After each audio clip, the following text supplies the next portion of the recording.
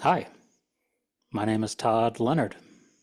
And my name is Herb Montgomery, and we're just talking.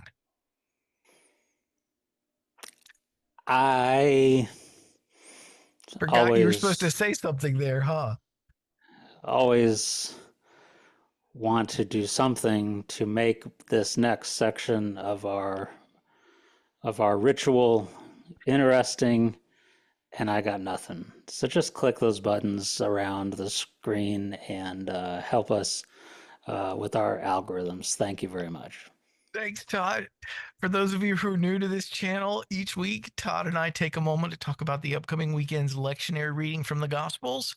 And as always, our goal is to talk about those readings in the context of love and inclusion and social justice.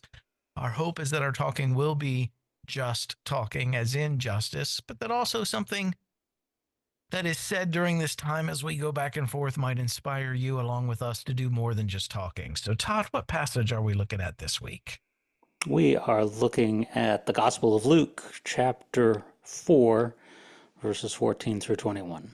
No water into wine this week. No, no, we're just getting some good old Jesus preaching.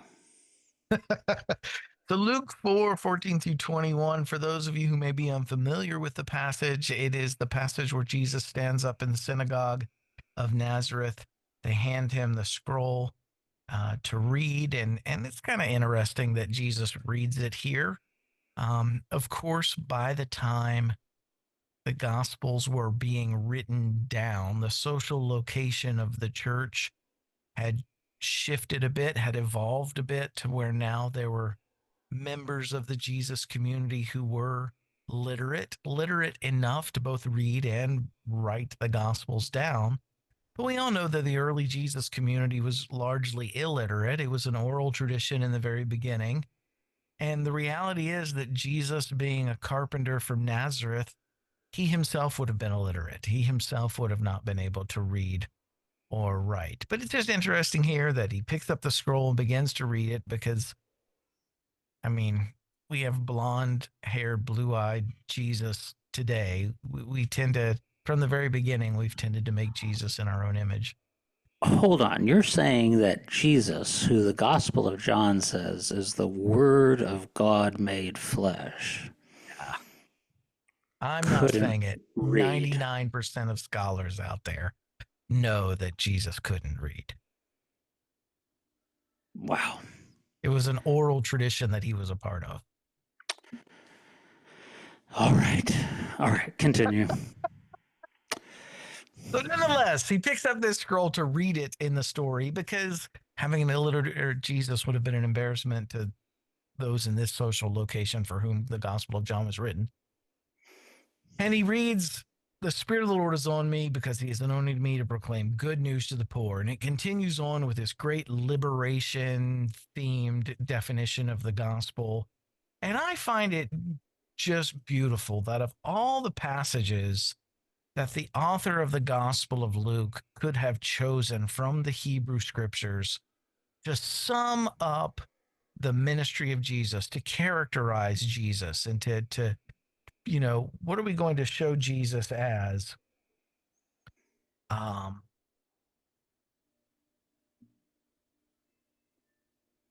it's Isaiah 61, 1 through 3, Hmm. which is this, again, this great liberation passage from Isaiah where it starts off with, once again, the good news to the poor. Hmm. So, you got any thoughts on that, Todd? I'm still reeling from Jesus not being literate. Um, I'm not reeling from that. Um, I agree with you. I This is one of my favorite passages in the Gospels because it is the keynote. It is an inaugural address in a sense of setting the tone for what he's going to do, and he is consistent to this message throughout the Synoptic Gospels. Um, so so Luke's putting these words before Jesus in the synagogue is right on point. And so yeah, I love this. I love the context. I love where he is, that he's doing it in his hometown, and I love that he's doing it in the synagogue. Everything everything about this is set up for him to do the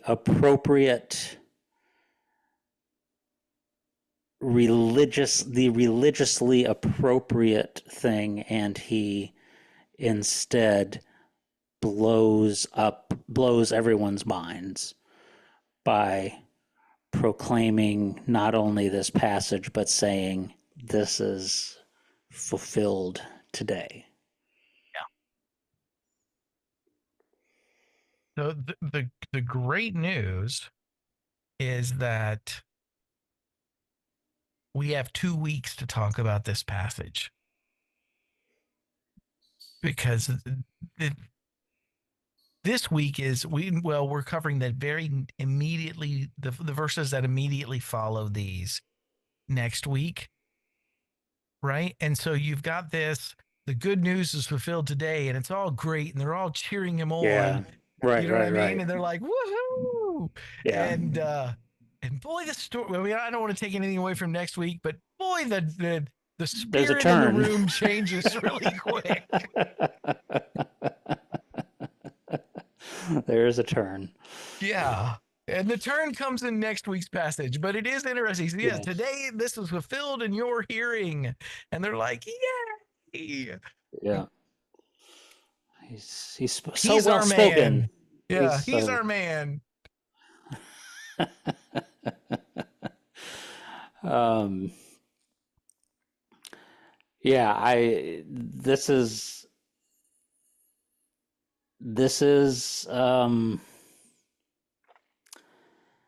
it's just what happens is the this message sounds great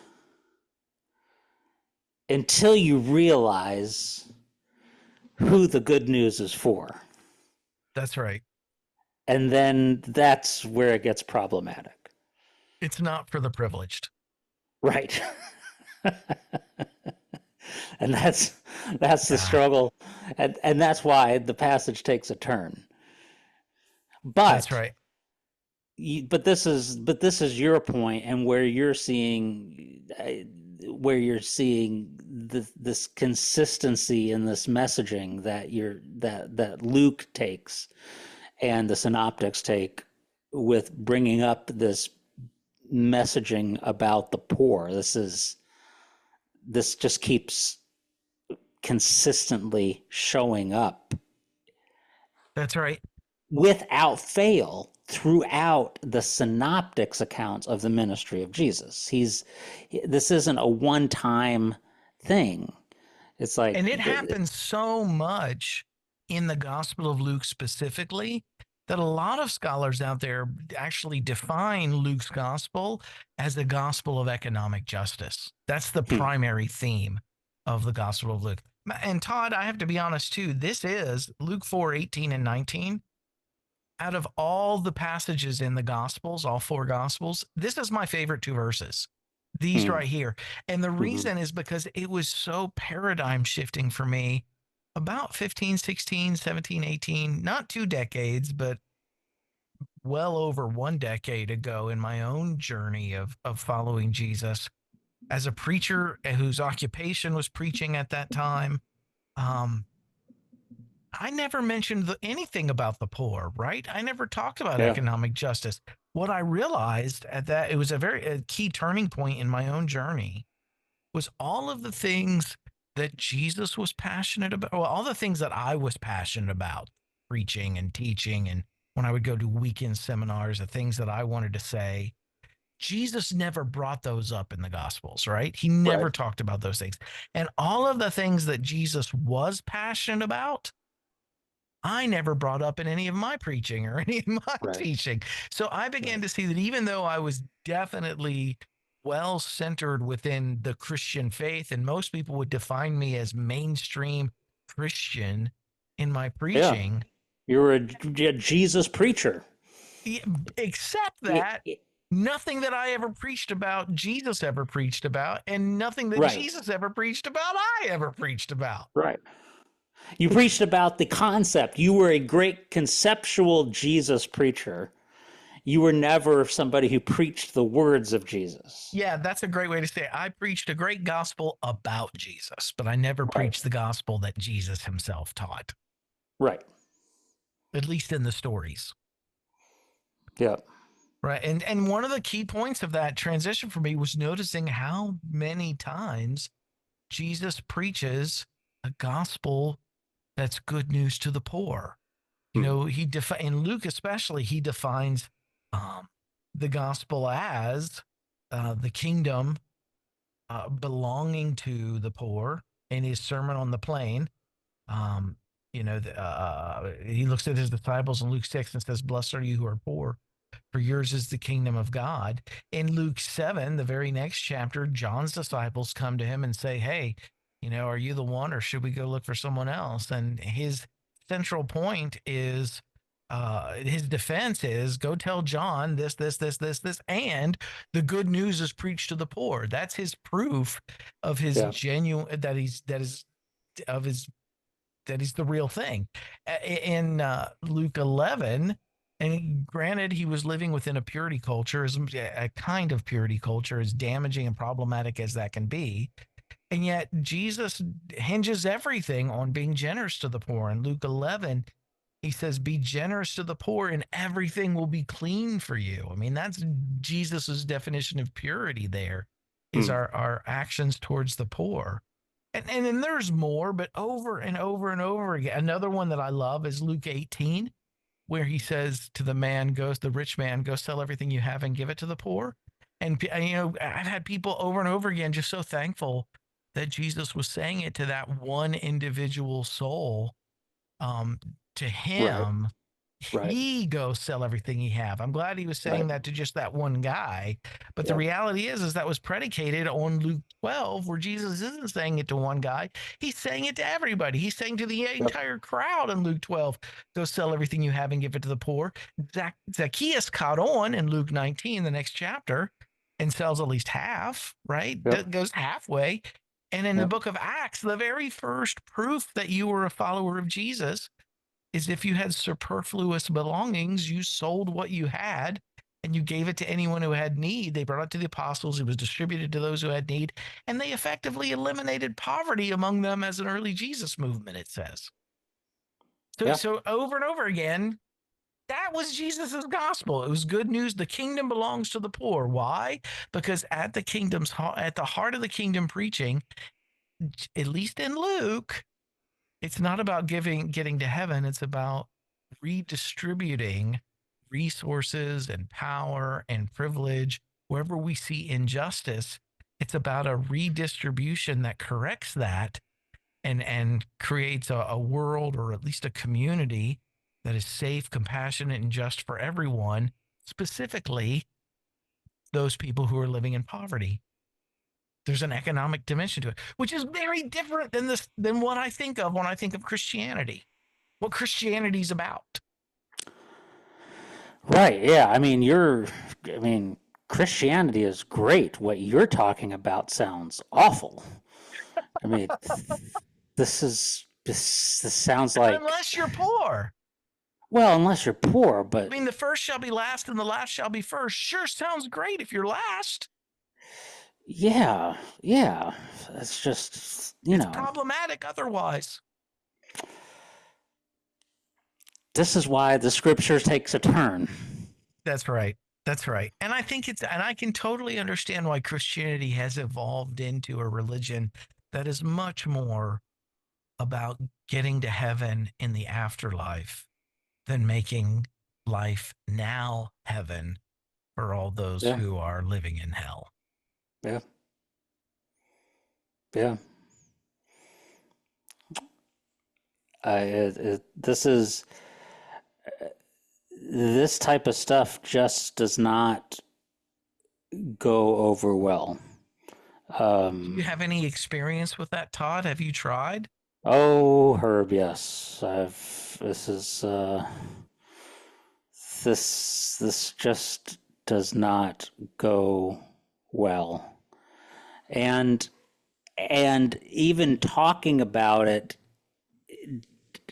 and then trying to you talk about like giving half to the poor and then like even trying to think about it in managing your church's budget and even getting your church to set aside, 5 or 10% of its budget to help the poor is like impossible Mm. because it's all set aside towards creating programs and ministry for people who are looking forward to going to heaven. And I'm and sure, though, Todd, aren't there churches out there that do designate a portion I think of their there budget to are. helping the poor? I think there are. I think there's some that do that. But I'm it thinking about but more progressive churches. I think there's more progressive churches that do that. But I think when you look at even in those, you look at the percentage of their budget that's set aside, and it's just everybody means well. Everybody knows what's and believes wholeheartedly in what Jesus is saying there, and it's so hard to maintain uh, a system that was set up to take care of of the establishment. Churches, the whole system of church was not set up to take care of the poor. The system of church was set up to take care of stable society and to keep society stable. And so Once we institutions, started having to maintain churches and staff and all of that, right. I think there's a dramatic shift. I'm thinking of the early church, right, where maybe when they met in houses and they Mm-hmm. didn't have paid clergy, Right. maybe it was easier to take up a collection for the poor then because you didn't have all this Mm-hmm. overhead. And things were much more localized. The economies were very localized, and you could do a lot more with barter and with and things just in a much more localized fashion that than how things are done today. So I mean, we're on such a global scale of things, but um, yeah, I think it's become church incorporated, and it just is has become that, and so it's but but even so, you can't put all the blame on the churches. You have to look at again. Jesus was not just addressing the religious system of his time; he was addressing the Oh yeah, political system of his time, and in the yep. political His system community at large, was his society at failing. large. It was Yeah. society at large. It wasn't just religion's fault. Religion was corrupted by society and messed up by society, but it was society as a whole that was neglecting the poor and abusing the poor, So exploiting so them. does that mean we should and this is a rhetorical question, Todd, I'm not really looking for an answer, but maybe we should start taxing the billionaires and eliminating poverty in our society. I mean, I saw a meme recently that had Musk, it had Bezos, and it had Zuckerberg, all three of them in a picture together. And the meme said, can you imagine what it's like to go to bed every night knowing that you have enough you have enough money to end poverty and not even feel the loss? Right. And yet you still choose to do nothing about it. Yeah. Yeah. It's astounding. It's astounding. Yeah, that's interesting. I mean, definitely, and studies show, right, that in a certain income bracket, say thirty to $50,000 a year, what that does for the stress levels, the fulfillment levels, the happiness quotient, the stability of the home, especially for the children in the home, just that difference of $20,000, Hmm. the difference that that makes is exponential. Yeah. And yet the difference of um, 2 billion versus 3 billion doesn't have the same, Incremental. No, yeah, it doesn't have the same effect no. for the wealthy as it does just even a $20,000 difference does Yeah. for those at the lower end. Yeah. This is, and, and ultimately, man, I don't understand how then somehow society can be convinced to buy into an understanding of Jesus Mm.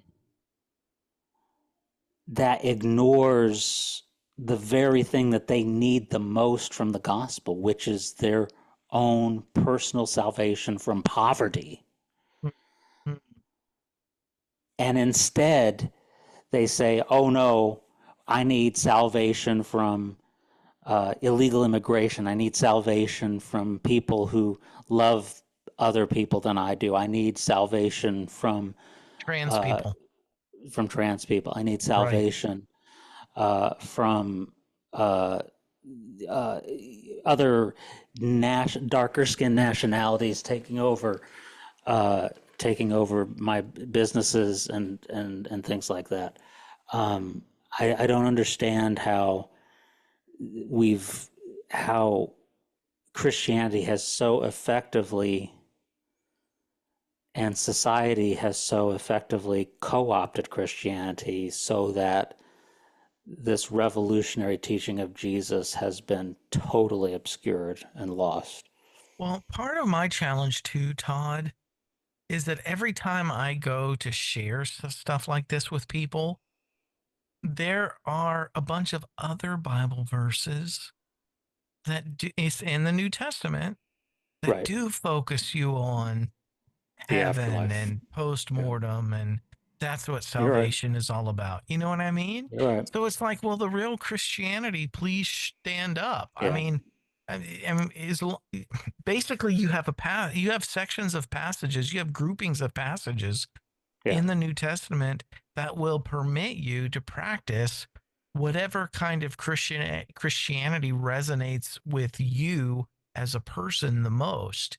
In other words, if I'm a person that doesn't want my privilege or my possession, my property challenged, my power in society, my social location challenged, I have enough Yeah. New Testament passages that will allow that to never be confronted and me still be a biblical Christian.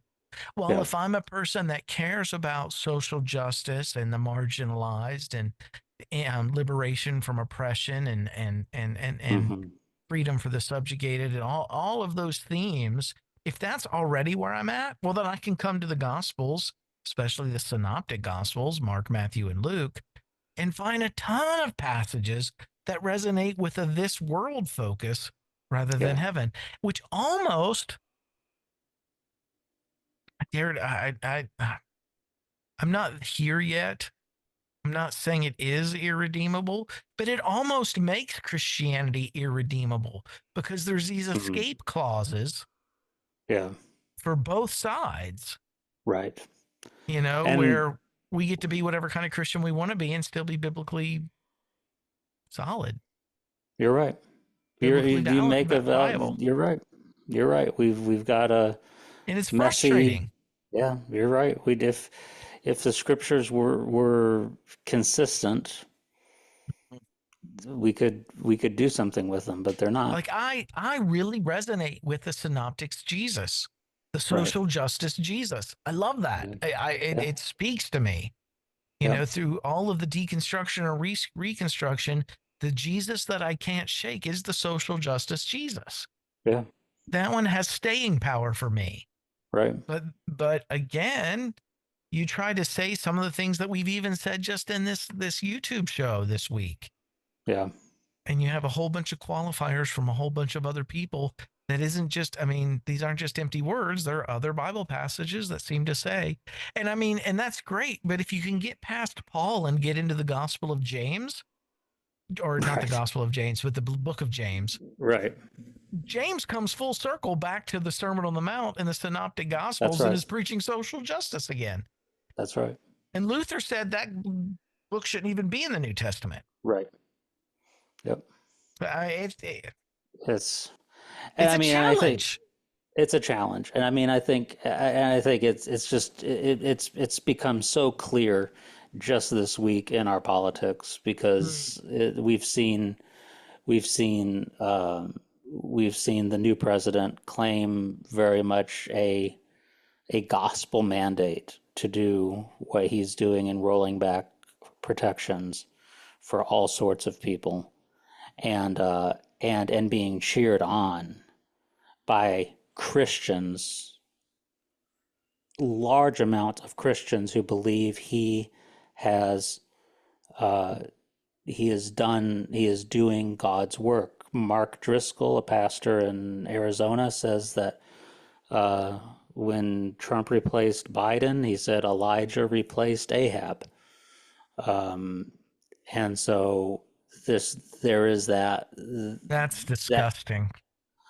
that's that is the beliefs of tens of millions of followers of the Johannine, Pauline, Christian nationalist Jesus. And and then you have the day after the inauguration, you have Bishop Marianne Budd Mm-hmm. stand up in the pulpit at the National Cathedral and courageously advocate and beg on behalf of For the poor mercy. and the marginalized, for the immigrants, for the transgender community, begging the president to show mercy. A very courageous thing to do, um, but representing, like you said, the gospel that you and I really resonate with, but a different gospel than what the gospel that Trump's followers buy into, and it's maddening. It's maddening because It they again, seem it to almost, completely contradict each other. yeah, it almost again makes Christianity irredeemable. Yeah. If you could go to, I have a, and maybe I'm wrong, but I want to believe that if those passages didn't exist, we could go to fellow Christians and say, look at what Christianity is really about. And they Mm. would either make that transition or they would leave Christianity. You know what I Mm-hmm. mean? It would be Mm-hmm. a way of, but because there's this dualism, these two sides, Mm-hmm. two options, people are at liberty to choose which kind of Christian they want to be. And this is where I think then you ultimately have to choose. You have to then, which is ironic because for you and I, and our life history and how we grew up and were raised, you know, the whole thing was about choosing to be faithful to Jesus. And really, what the call is to you and I now is to not make our decision based upon following Jesus, but is what to our best understanding of what love looks like. Mhm. What is the most loving thing to do? Or as you are regularly say, what is the most life-giving thing to do? Mm.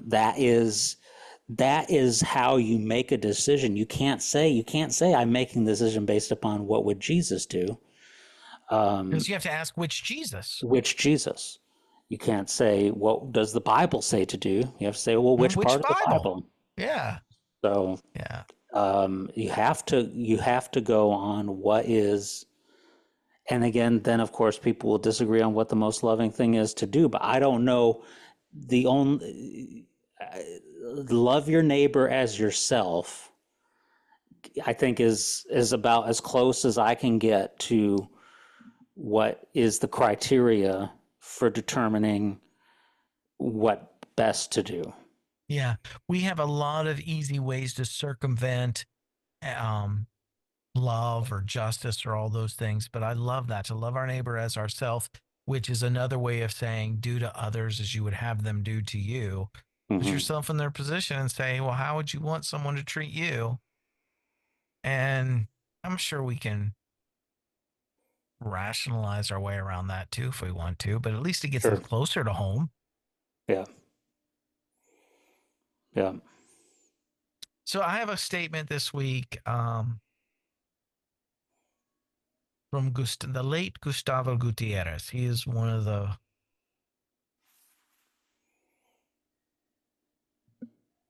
of the fathers of Latin liberation theology that has played a significant part in my journey. And in his book, The Power of the Poor in History, which is what I think our passage this week is about, is the good news to the poor. On page 45, he makes this statement: the poverty of the poor is not a call to generous relief action like charity, Mm. but a demand that we go and build a different social order, Mm. to go out and build a different world where that doesn't create poverty. I love that statement. Yeah. That's the kind of Christian that I want to be. Yeah. That Yeah. doesn't just, isn't just engaged in relief effort. And I don't want to poo poo on charity because I think charity's needed. As Gene Robinson used to say, Bishop Gene Robinson, if someone's drowning in the river, by all means, pull them out. Yes. But But then also, yes, if you keep seeing more and more people drowning in the river, you got to figure out who's throwing them or what's yeah, take a causing. walk upstream. It's right. And then you got to and then fix the problem upstream, and Right, that's justice. right. So, yeah. Yeah. All right, man. Well, You I got think anything yeah, else this week? I don't think so. I mean, I think this is the clarion call that I think Luke wisely places in Jesus' lips and and confirms in him about what he's supposed to do and what his calling is, and it is confirmed throughout the rest of the Gospel of Luke and the other synoptics, and I think it is the call to us. And despite I think people can feel in you and I both a sense of weariness and a little bit of discouragement. I think this is a hard week.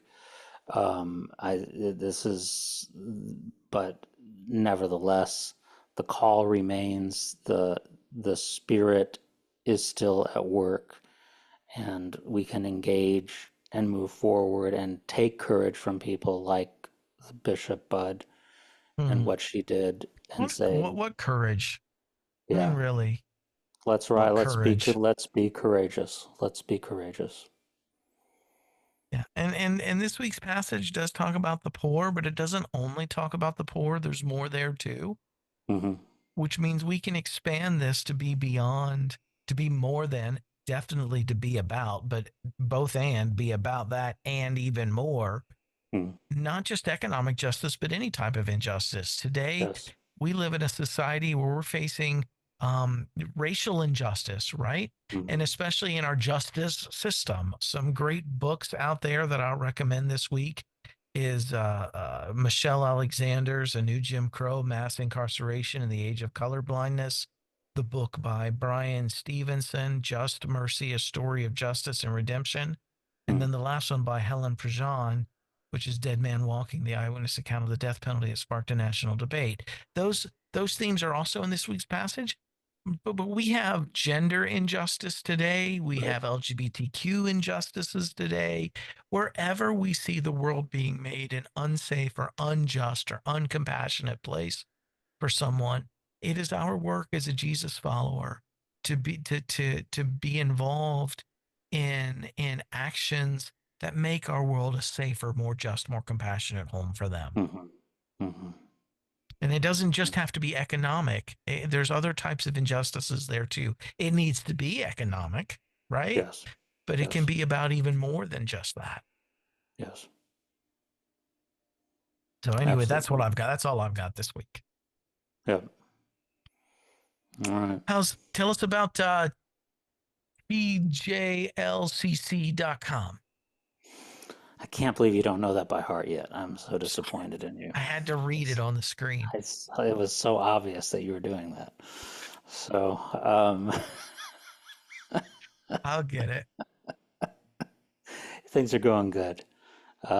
There's nothing I need to say this week. It's there. I'm here, happy to help any way that I can. Reach out if you would like some coaching. Tell us about Renewed Heart Ministries. Same thing. Renewed Heart Ministries is there. Check it out. Resources that we have are all available online. Just let me say very briefly, just a deep thank you to all those out there that are supporting Renewed Heart Ministries. We appreciate each one of you. Thank you so much. Um, all right. And thanks for listening this week. Thanks for tuning in, giving this a watch. If you teach from the lectionary each week, and you need some thoughts on Luke 4 for this coming weekend, I hope this has been a blessing to you. Or if you know someone out there who's just looking for a more progressive commentary on lectionary passages from a social justice, kind of hint, maybe that's the right word, tint. Have them check us out. Pass us along. Yeah. All right, everybody. Thanks for joining us. We'll see you next week.